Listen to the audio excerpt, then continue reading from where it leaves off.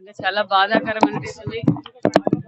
ఎంతో తల్లిదండ్రులు ఎంతో కష్టపడి ఒక బీసీ బిడ్డను బాగా చదివించుకోవాలనే ఆలోచనతోనే బీసీ హాస్టల్లో పెట్టారు. తేజ అనే అబ్బాయి ఇప్పుడు మేము సిచ్యువేషన్స్ ఇక్కడ చూసిన దాన్ని బట్టి, అక్కడ హాస్టల్లో పిల్లలతో మాట్లాడిన దాన్ని బట్టి, డాక్టర్ గారు, డిపార్ట్మెంట్, ఒక పక్క కలెక్టర్ గారు అందరి సూచనల మేరకు ఇప్పుడు మాకు అర్థమైన పరిస్థితి ఏంటంటే కొంచెం హెల్త్ ప్రాబ్లమ్స్ ఉన్నాయి. గత 10 రోజుల కిందట కూడా ఈ అబ్బాయి కొంచెం తిమ్మర్లోనూ నర్వస్ ప్రాబ్లం ఉందని చెప్పి ట్రీట్మెంట్ కూడా ఇచ్చామని వాళ్ళ పేరెంట్స్ కూడా చెప్పారు. వాస్తవానికి ఇంకో వాట్ ఈస్ వాట్ అనేది రేపటి రోజు పోస్ట్ మార్టం అయిన తర్వాత కూడా మేము క్లీన్ రిపోర్ట్ ఇస్తాం. యాక్చువల్ గా సూసైడ్ కేసులకైతే కానిస్టేబుల్స్ వాళ్ళు వేస్తాం. మీకు స్పెషల్ గా ఒక సిఐ గారిని కూడా అలర్ట్ చేశారు. ఖచ్చితంగా ఏం జరిగింది అనేది విషయాన్ని అయితే మేము బయటికి తీరుస్తాం.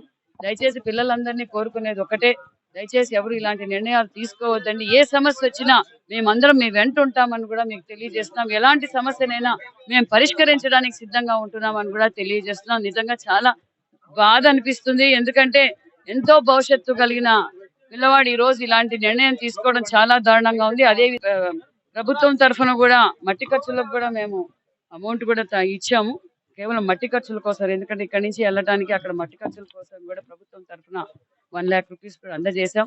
రేపటి రోజున పోస్ట్ మార్టం అవుతానే మీకు క్లారిటీగా రిపోర్ట్ అందజేస్తామని కూడా తెలియజేస్తున్నాం. అన్ని నివేదికలు తీసుకోవడం జరిగింది. ఎక్కడైనా ఏమైనా సమస్యలు అయ్యాయా అనేది, గతంలో ఏమైనా జరిగిందా, పాత ఏమైనా ఇబ్బంది మనకు ఎవరికైనా తెలియజేశాడా, ఇవన్నీ కూడా క్షుణ్ణంగా ఎస్పీ గారు ప్రిలిమినరీ ఎంక్వైరీ చేయడం జరిగింది. కనుక మీ అందరికీ తెలుసు పోస్ట్ మార్టం అవ్వాలి. పోస్ట్ మార్టం అవ్వడానికి సన్సెట్ అయింది కాబట్టి చేయలేకపోయాం. ఇప్పుడు మార్చురీలో అందజేసి పొద్దున సన్ రైజ్ అయిన వెంటనే చేస్తాం. సో నాన్నగారు ఇక్కడ రావటం జరిగింది, అమ్మగారు అక్కడ ఉన్నారు, ఆయనతో కూడా ఆయన్ని పరామర్శించడం జరిగింది, డీటెయిల్స్ అని తెలుసుకోవడం జరిగింది. సో పోస్ట్ మార్టం అయిన వెంటనే యాక్చువల్ రిపోర్ట్ ఏమనేది తెలుస్తుంది. కనుక ఇక్కడ ఉన్నటువంటి అన్ని రకాల వాళ్ళ ఒక డౌట్స్ ఏమున్నాయి, సో అంతే గొడవ జరిగింది, అవి కూడా ప్రతి ఒక్కటి కూడా స్టేట్మెంట్ ఇవ్వమని చెప్పడం జరిగింది. డిఎస్పీ గారు స్వయంగా చూస్తారు, ప్రతి యాంగిల్లో కూడా ఎస్పీ గారు ఎంక్వైరీ చేస్తారు. మేడం గారు ఇప్పుడు చెప్పినట్టు ఖచ్చితంగా ఏముంది ఎగ్జాక్ట్ రిపోర్ట్ అందరికీ తెలియజేయడం జరుగుతుంది.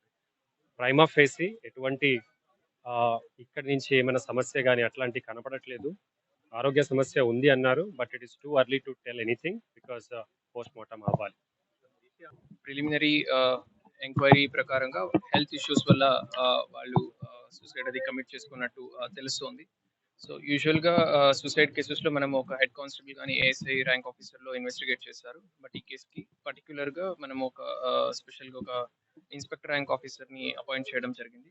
సో వాళ్ళ ఫ్యామిలీకి ఉన్నటువంటి అన్ని డౌట్స్ కూడా క్లియర్ చేస్తూ అన్ని యాంగిల్స్ నుంచి కూడా కేసుని ఇన్వెస్టిగేట్ చేసి ఫైనలైజ్ చేయడం జరుగుతుంది.